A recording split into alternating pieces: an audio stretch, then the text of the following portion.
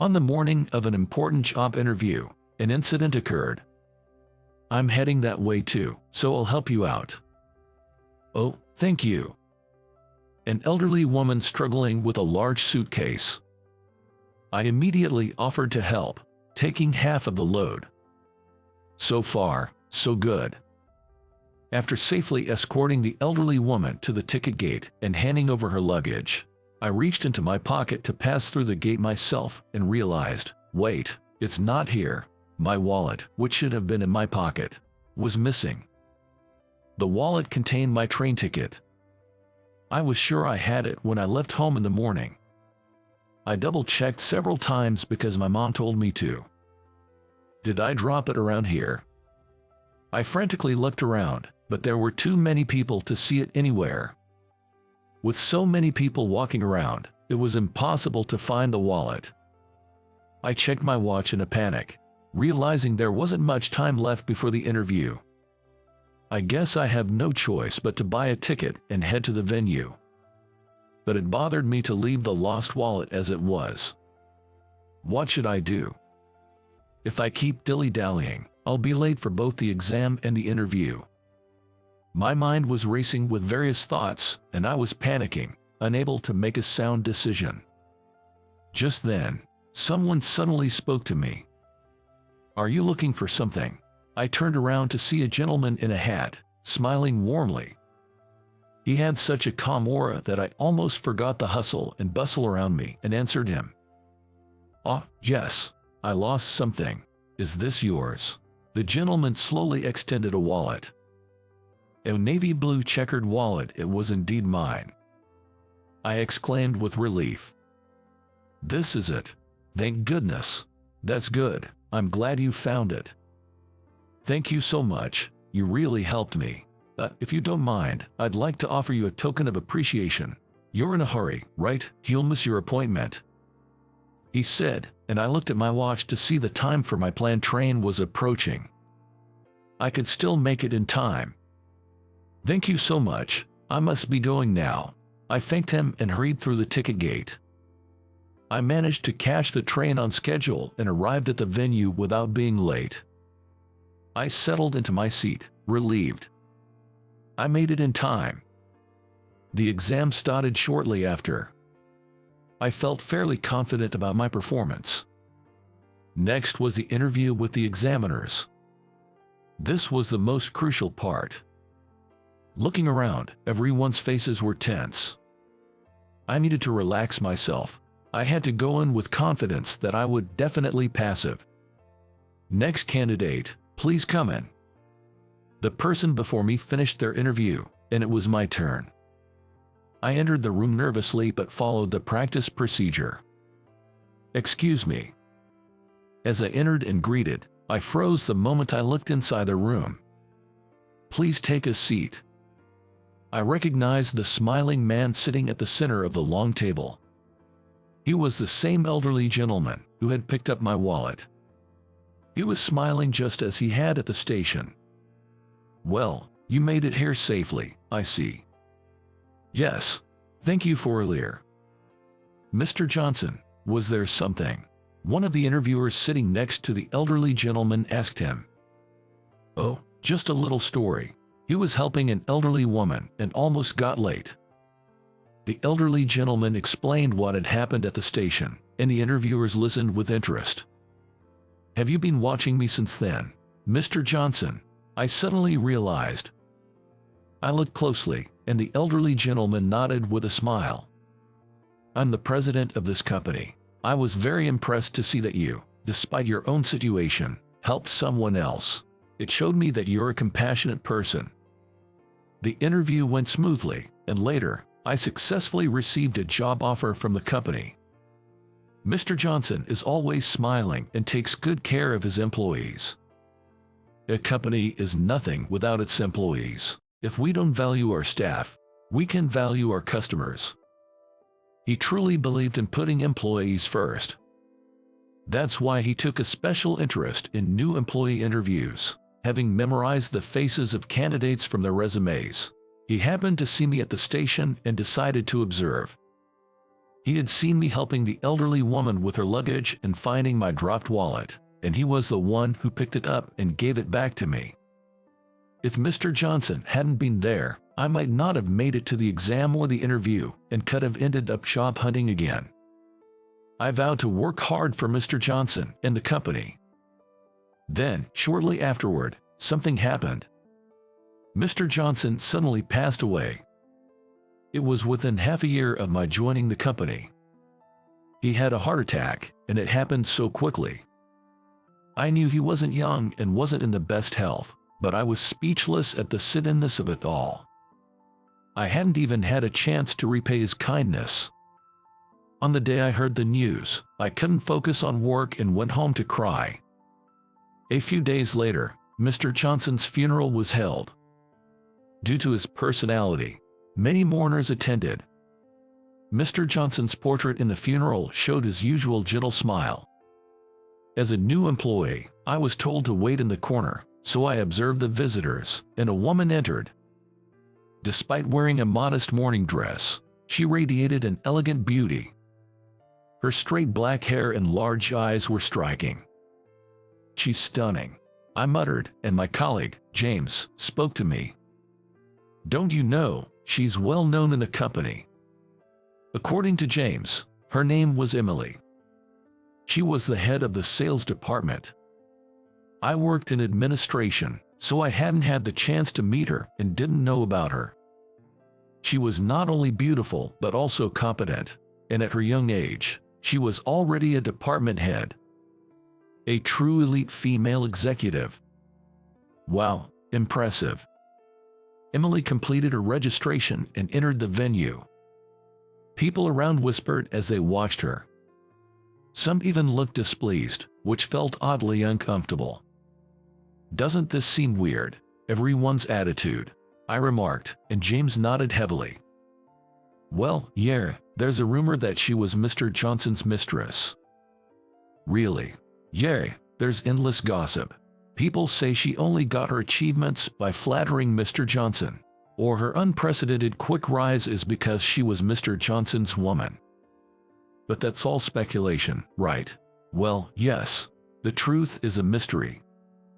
I looked at Emily again.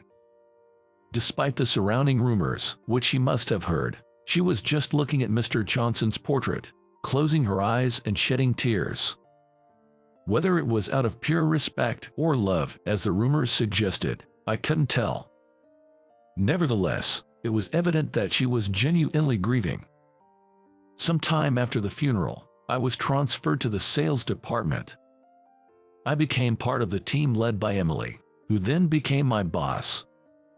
"Nice to work with you. Good luck, Tom. Looking forward to working with you, rookie. Watch out for the leader's charm, though." My colleagues and seniors threw jeers and jibes at me. Despite being blatantly spoken ill of, Emily didn't seem bothered and continued to smile kindly. Afterward, she taught me about sales very kindly, even though I knew nothing about it. Sometimes she was strict, but she was always earnest. The environment in her department wasn't great. Everyone believed the bad rumors and talked behind her back. There must have been jealousy towards her for achieving a high position at a young age. Some team members even called her evil. But I couldn't believe those rumors after seeing her tears at the funeral. A person who mourns another's passing so deeply can be bad. That's why I just couldn't bring myself to believe the rumors. One day, as part of my sales training, I had the opportunity to accompany Emily to a meeting. Her work was impeccable. This smooth interaction without making the other party uncomfortable seemed hard to emulate. After the meeting, we went to have lunch together, and she asked me a question. "Do you think you can handle the sales job? It's challenging, but I'll give it my all. I promised the late Mr. Johnson that I would become a respectable professional and support this company." Upon hearing this, Emily looked surprised. "To the late Mr. Johnson, it's challenging, but I'm doing my best. I promised the late Mr. Johnson to become a respectable professional and support this company." "So am I," she said. Seeing my surprise, Emily smiled. It turned out that she too had been helped by Mr. Johnson when she was a newcomer. She didn't share the details, but it seemed like she had some very important memories associated with him. That's why I also want to repay Mr. Johnson and support this company, she said, smiling. Seeing her smile, I felt a closer connection with her. After accompanying her on several work occasions, an unexpected incident happened one day. I was at a business entertainment event recently. The VIP from the other company seemed to really enjoy alcohol and started drinking heavily from the beginning. I like social drinking, but it can be so challenging. Thinking this, I focused on the task of entertaining. Emily was also drinking a little while pouring drinks for the other party. It seemed the other party was getting quite drunk. Looking at Emily, he smirked and said, "Emily, you are truly beautiful. Your presence alone brightens up the place." "Thank you," she replied. "Why are you in the sales department? A beauty like you should be in the secretarial division." The former president, Mr. Johnson, really missed out. Hearing those words, Emily momentarily stopped pouring drinks. I inadvertently stopped in my tracks too. If you were a secretary and always by my side, my days would be so much more enjoyable. I wonder if Mr. Johnson ever made a move on you. The client's representative burst out with a crude laugh. Emily forced a smile, but her face was tense. Hearing this, I felt my blood boil. His words towards Emily and the disrespectful remarks about her Mr. Anderson were too much. I couldn't hold back any longer. A part of me was screaming to stop, but my anger took over.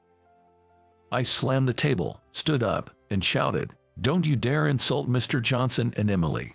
I then splashed a pint of beer right in the client's face. For a moment, everyone around was stunned, not understanding what had happened. The client, drenched from head to toe, looked shocked. I don't remember much about what happened after that. Later, I was called in by the new president, Mr. Anderson, and was disciplined. I was fired. I don't recall what I did after that incident, but it seems I vented my righteous anger, upsetting the client greatly. Emily tried her best to defend me, but they said as long as I was with the company, they would cease all business dealings. "You're not entirely at fault, but please understand," he said. "Yes, I'm sorry for the trouble I caused. Thank you for everything up until now," I replied. I apologized to Mr. Anderson, who looked troubled. Thus, my career as a working professional ended less than a year after it began. My seniors and colleagues were sad to see me go and wanted to throw a farewell party, but I just accepted their good wishes. It wasn't a great ending, but I felt somewhat relieved. I wanted to protect the honor of Mr. Johnson and Emily. I don't regret it because it was for that reason. I might have let my anger get the better of me, but there was no falsehood in my actions. Well, it can't be helped. I need to start looking for a new job. As I thought about what kind of job to look for next, I headed home. Soon after, I started searching for a new job and managed to land some interviews. Before leaving home, I checked multiple times for anything I might have forgotten, and as I walked to the station, I couldn't help but look around, half expecting to see that old gentleman again. There's no way he's here. I chuckled to myself and was about to enter the station when an elderly lady with a big bag approached me, just like last time. "Excuse me, could you tell me where Platform 5 is?" "Platform 5 is over there. I'm headed to Platform 6, right next to it. Shall we go together? I can help with your bag." "Oh, thank you, I appreciate it." I took half of the old lady's bag and started walking. After guiding her to Platform 5 and seeing her off, I checked my watch and realized I had plenty of time before my train. Leaving early had paid off, ensuring I'd be prepared for any unforeseen circumstances. I was confident everything would be fine this time. Even if I had lost my wallet again. What? The wallet I thought I had put in my pocket was gone again. It's not here. Not again. This can't be happening. It's absurd. I've been so careful since the last time and never lost it once. So why today of all days? Trying to calm my near panic, I took a deep breath. Calm down. I have time today. Let's search methodically. As I looked around, suddenly someone tapped me on the shoulder. Whoa! I let out a loud exclamation. The person who tapped me also seemed startled and let out a small scream. I recognized the voice and quickly turned around. You scared me with that loud voice. Emily. It was Emily, standing there. She was not in her usual suit, but in casual clothes. Why are you here? This station wasn't near her home. As I looked puzzled, Emily held out a wallet. It was mine. You dropped this. Oh, thank goodness. Thank you. You know, you should stop keeping your handkerchief and wallet together. It's too easy to lose them. Yes, I'm sorry. Really, it's a good thing I happened to see it. Emily sighed with a wry smile. Why are you here, Emily? Do you have the day off? When I asked, she nodded slightly. I actually quit my job. What? Why? Since you left, the company's policies have changed a lot. I started feeling like they weren't a good fit for me, especially since they're not continuing the vision of the previous president, Mr. Johnson. That's why I handed in my resignation. The current president, Mr. Anderson, tried hard to stop me, but my mind was made up. Then, people who used to spread rumors about me suddenly started apologizing. Some even turned over a new leaf and became kind. Emily laughed, her expression surprisingly light. So, I thought, if I was going to be at that company, I might as well start my own. A company that carries on Mr. Johnson's legacy. What do you think? Good idea, right? She smiled. That's amazing. I was waiting for you at the station. James told me about you. Why me? When I asked, Emily beamed. I came to scout you. Let's start a company together. I think we'd work well together. What? I was speechless for a moment, not fully grasping what she said. Starting a company together that carries on Mr. Johnson's legacy. What an incredible opportunity. I immediately agreed. That sounds exciting. I'd love to join you. Thank you. Then let's start planning right away. Right now, when you decide to do something, you have to act immediately. Hearing that, I quickly sent an email to cancel the job interview I had scheduled for today. Emily gently took my hand and led the way. My second chapter in the corporate world began unexpectedly, but I couldn't be more excited about it. I'm sure Mr. Johnson, watching from heaven, would be proud. Now it's time to truly pay it forward. With that thought, I was filled with determination.